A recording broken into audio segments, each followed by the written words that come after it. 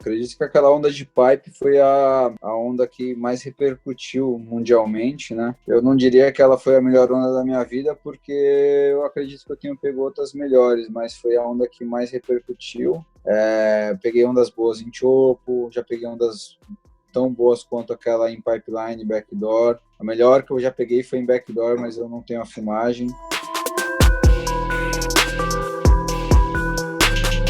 Teve uma bateria no Santista profissional, que eu fiz 2,10 na semifinal e descartei um 7,60. Então essa daí, em termos matemáticos, foi uma das melhores. Esse ano eu tive uma bateria no Marrocos, que eu fiz 2,9 e pouco. Eu acredito que o surf não volte em 2020. Eu acredito que somente em 2021, e se tudo isso passar, né? Se acharem a cura, ou se estabelecerem, ou estabilizarem a propagação do vírus, mas eu acredito que em 2020, cara, eu acho muito difícil voltar ao circuito. Eu, particularmente, eu me dou bem com todos os brasileiros, todos os gringos. Sempre tem um ou outro que você tem menos afinidade, mas eu acredito que a galera é tudo questão de contato, de comunicação. Então, cara, eu não tenho uma visão assim de um cara mais mala. Eu acredito que tem uns caras que são um pouco mais arrogantes, um pouco mais menos paciente. Mas, cara, hoje eu não vejo um cara que eu olhe e veja aquele cara com uma posição de mala, aquele cara que não respeita. Eu acredito que hoje em dia no circuito a galera se respeita muito. O ano começou para mim no final de 2019, quando acabou o circuito ano passado e eu comecei a já treinar e trabalhar para conseguir levantar o dinheiro para pagar a filiação, pagar o seguro, levantar o dinheiro para ir para as etapas. E hoje, sem patrocínio principal, isso daí para mim passou a ser fundamental e indispensável. Para todos nós, quando o coronavírus apareceu e as etapas foram canceladas, foi um choque muito grande, né? Para mim, em especial, assim, eu comecei o ano meio forte, né? Eu sempre tenho muita dificuldade de começar o ano tendo resultados. Eu sempre começo a ingressar na segunda parte do ano. Então, eu comecei com 9º em Marrocos, um 13º em Noronha e um 9º em Manly. Então, eu estava entre os 20 primeiros do ranking. E aí o coronavírus vem e derruba tudo isso. Cara, tentar se manter o mais positivo possível, continuar treinando, mantendo a cabeça ocupada. Hoje eu coloco todas as minhas energias em treino e reformas. Eu acho que o meu maior passatempo hoje tem sido as reformas na minha casa, da onde eu tiro 70% do meu dinheiro para competir o circuito mundial. Eu tive algumas discussões com o head judge da New Zealand, acho que o nome dele é Lian alguma coisa, campeão mundial, foi campeão mundial Master no Equador, é um loirinho bem velhinho assim, cara. Hoje em dia eu acho que ele é o juiz de prioridade. Cara, esse cara, a gente teve algumas situações e, cara, a bateria da minha vida foi a bateria mais roubada por esse cara. Foi uma bateria na semifinal do Prime em Açores, onde se eu passasse aquela bateria, eu praticamente ia precisar de resultados baixos no Brasil para estar classificando. E foi o que aconteceu, cara. A bateria começou, eu e o CJ, a gente estava muito nervoso, os dois. A gente começou caindo muito, forçando muito as manobras, porque nós dois vínhamos de bons resultados nas baterias anteriores, de notas altas, então a gente começou já sentando o pé. Então meio que no final da bateria, o CJ pegou uma onda, deu uma rabetada boa e um aéreo para trás da onda, nem caindo em cima da prancha. E aí a nota dele foi 6,23, se eu não me engano. E aí eu fui na onda, eu assisti a onda dele e no finalzinho da bateria eu peguei uma onda, dei uma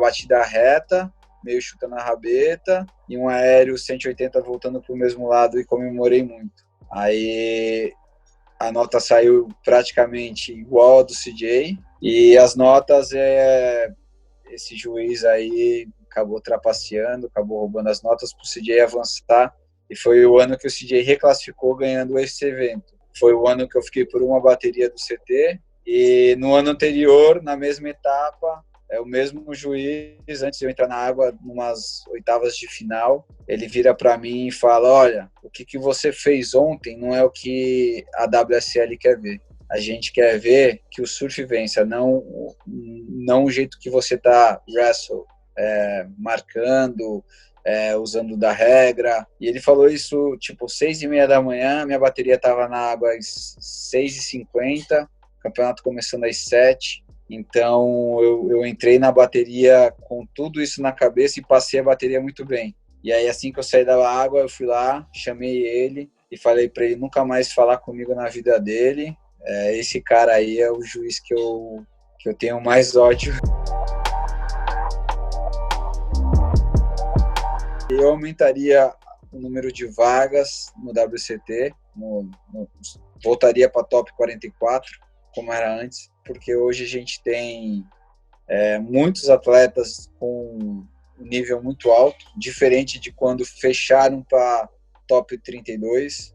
Antigamente eu acho que realmente tinha que ter a mudança, e a maior mudança que eu faria seria tirar o head judge, porque o head judge ele não tem mais função no quadro de juízes. Vou citar um exemplo aqui. Quando a bateria acaba e você acha que o resultado foi injusto, você vai falar com o head judge. Então você fala com o head judge, você fala: cara, a minha nota eu não estou de acordo. E aí ele fala: eu vejo que a tua nota talvez seria, mas eu não julguei. Então por que você tem um head judge? E aí eu fiz uma pergunta para ele, eu falei: tá, mas qual que é a sua função? Você manipula o resultado? Ele: não. Você palpita a nota? Ele: não.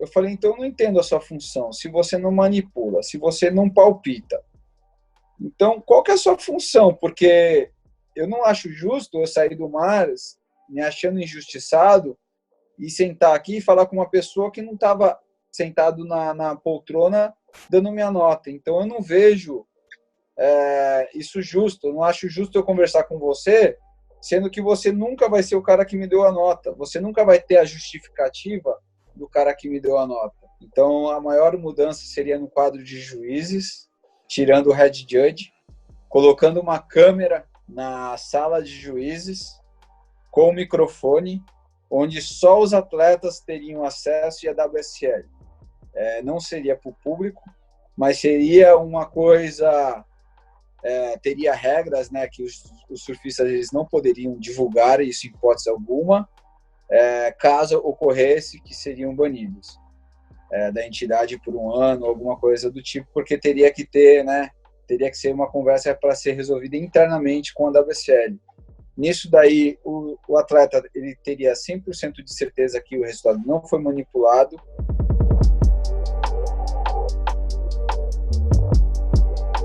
Passar vergonha no mar, eu acho que isso daí é a coisa mais normal que existe, né? Inúmeras vezes eu entrei no mar e não consegui varar, então o cara volta, tem que dar aquela caminhada. Maresias mesmo, isso acontece. Mar grande, correnteza, você entra no mar, você não vara. E eu em Maresias, assim, eu me sinto assim como um cara que tem que puxar o nível da garotada que está chegando agora. Então, eu tento ao máximo não ter que sair do mar, nem que por isso tem que ficar 20, 30 minutos remando. Então, eu tento sempre varar a arrebentação para mostrar que eu sou durão, mas a verdade é que algumas situações seria mais fácil sair do mar e dar a volta, só que só para não passar vergonha, o cara fica ali tentando de todos os jeitos, de alguma forma, forçando para varar.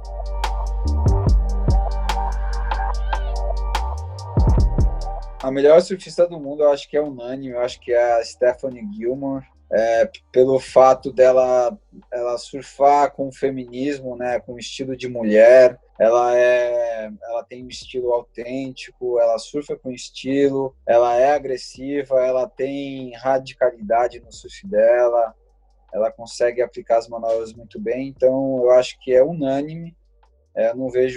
Eu vejo a Carissa Moore como a maior competidora de todos os tempos, mas eu não vejo ela como a melhor surfista. E o melhor surfista do mundo, cara, eu acho que é o Medina. Medina e o Felipinho, os dois são os caras que têm menos ponto fraco hoje no circuito.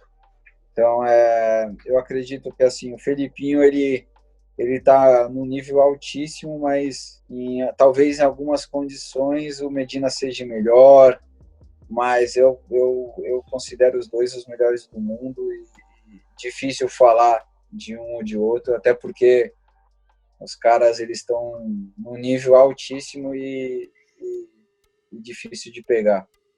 E o Ítalo, né? O Ítalo ele tá ali, né? Ele chegou ganhando, mas eu vejo que o Ítalo tem um ponto fraco que é o frontside. Apesar dele ser o campeão mundial, eu vejo que ele tem um ponto fraco muito forte ainda, que tem muito para trabalhar.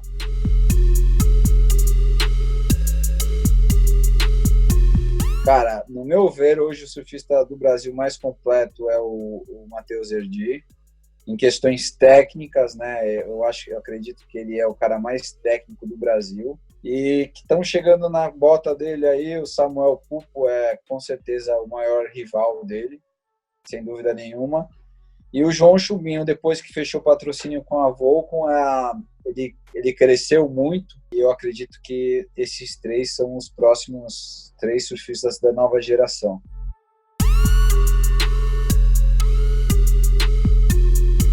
Eu acredito que o lugar mais constante que você consiga surfar e gravar hoje em dia é o México. Tem os point breaks mais para baixo, lá como Barra de la Cruz e Salina Cruz, que se tiver o swell certo, você vai acabar pegando altas ondas.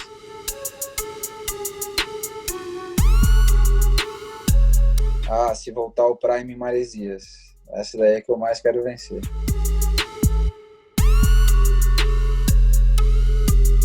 Eu acredito que futuramente o cara vai ter que estar num nível de surf muito alto e muito radical, cara. É inovador, né? Backflip, Kerupt flip de backside. Vai ter que ser umas coisas assim, mudando os grabs, pegando o tubo de base trocada, tentando ser um cara mais versátil e fazendo as coisas mais inesperadas, né? Mas o surf de borda, ele vai sempre existir, cara. É um negócio que nunca vai sair. Então, eu acredito que o surf de borda com a radicalidade da nova geração vai fazer o 10 aparecer.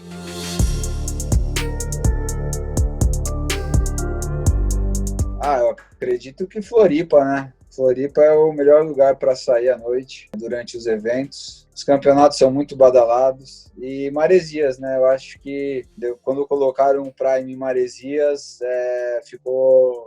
as baladas ficaram absurdas e muito boas. Eu falo isso, mas tem 5 anos que eu não saio, então eu estou meio aposentado do assunto.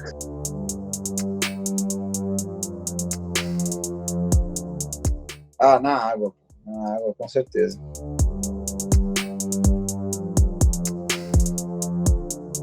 Eu acredito que a La Casa de Papel, a primeira temporada foi alguma coisa chocante, mas depois eles cagaram. Prison Break, a mesma coisa, era muito boa. Mas a campeã, eu acredito que seja em Breaking Bad. Breaking Bad eu acho que é a melhor, assim.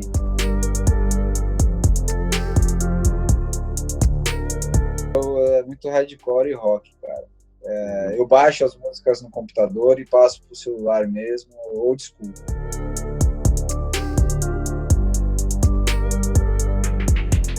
Como você não tá no CT? Essa daí eu odeio essa pergunta, com todas as minhas forças. É a pergunta que eu escuto mais frequente e é a pergunta que me deixa com mais vergonha possível, porque do jeito que as pessoas me perguntam, é como se eu tivesse a obrigação de estar no CT e, ao mesmo tempo, eu tenho que responder essa pergunta e parecer o mais humilde possível. Então, eu fico numa situação muito chata. Eu acho que a melhor forma de responder é me culpando e colocando que o esporte está num nível muito alto e que tem muitos atletas como eu, que não deixa de ser uma verdade, é uma verdade muito grande, o nível está muito alto e tem mais 100 Thiago Camarão aí vindo, babando e puxando o nível.